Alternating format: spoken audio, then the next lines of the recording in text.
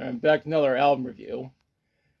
Today's review is on Amaryllis by Shinedown.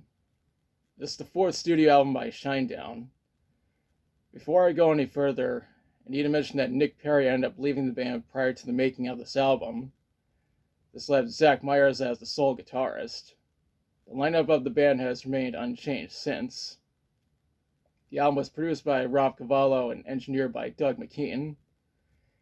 The assistant engineers were Steve Ray, Ross Waugh, Wes Seidman, Jake Gorski, Charlie Picari, and Brian Morton.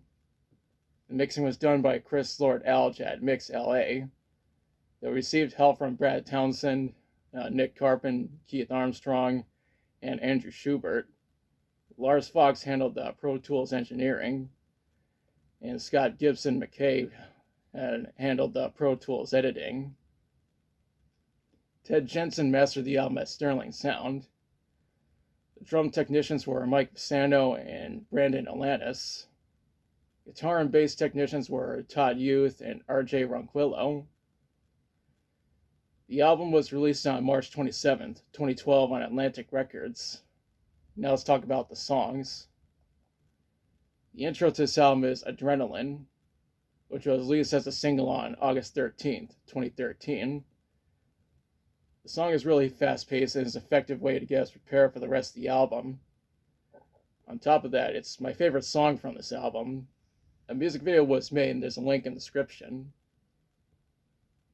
The next track is Bully, which was released as a single on January 3rd, 2012. Brent Smith said the song condones survival rather than violence. This is one of the best songs on the album and received a music video. There's a link in the description. After that is Amaryllis. Obviously, this song shares the same name as the album. Next up is Unity, which was released as a single on March 13th, 2012, just 2 weeks before the album was released. The song is pretty popular and it received a music video. There's a link in the description. Up next is Enemies, which was released as a single on July 12th, 2012. It's actually my second favorite song from this album, and the WWE has used it. Then again, they've also used other songs from Shinedown in the past. I guess they're really big fans of this band. A music video was made, and there's a link in the description.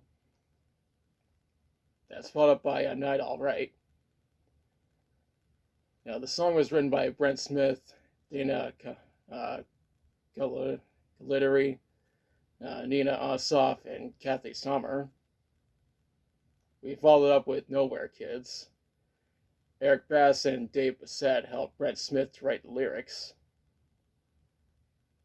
The following track is Miracle.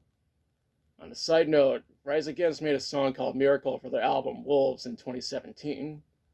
Granted, that song is not a cover of this song on this album. The track after that is I'll Follow You, which was released as a single on February 5th, 2013. The song had the same writers as Nowhere Kids. It also received a music video, and there's a link in the description.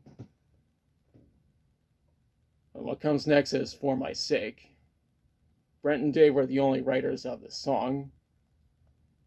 The second to last track is My Name, Wearing Me Out. Brent and Dave also wrote the song by themselves. The finale of this album is Through the Ghost. It's yet another song that Brent and Dave wrote by themselves.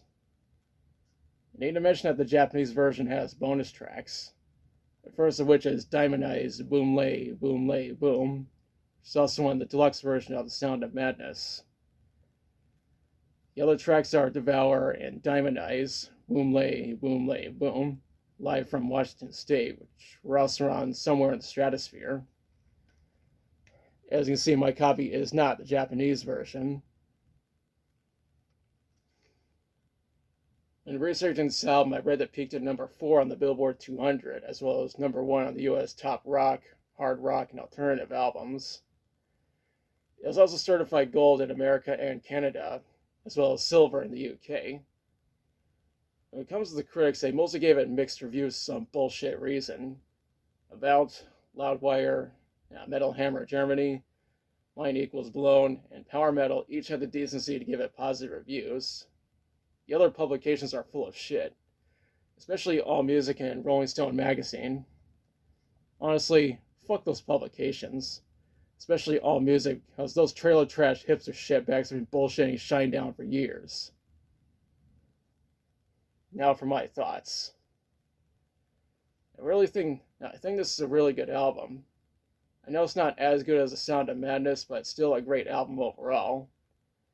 I highly recommend checking it out. And now's the part where I question you. Have you listened to Amaryllis?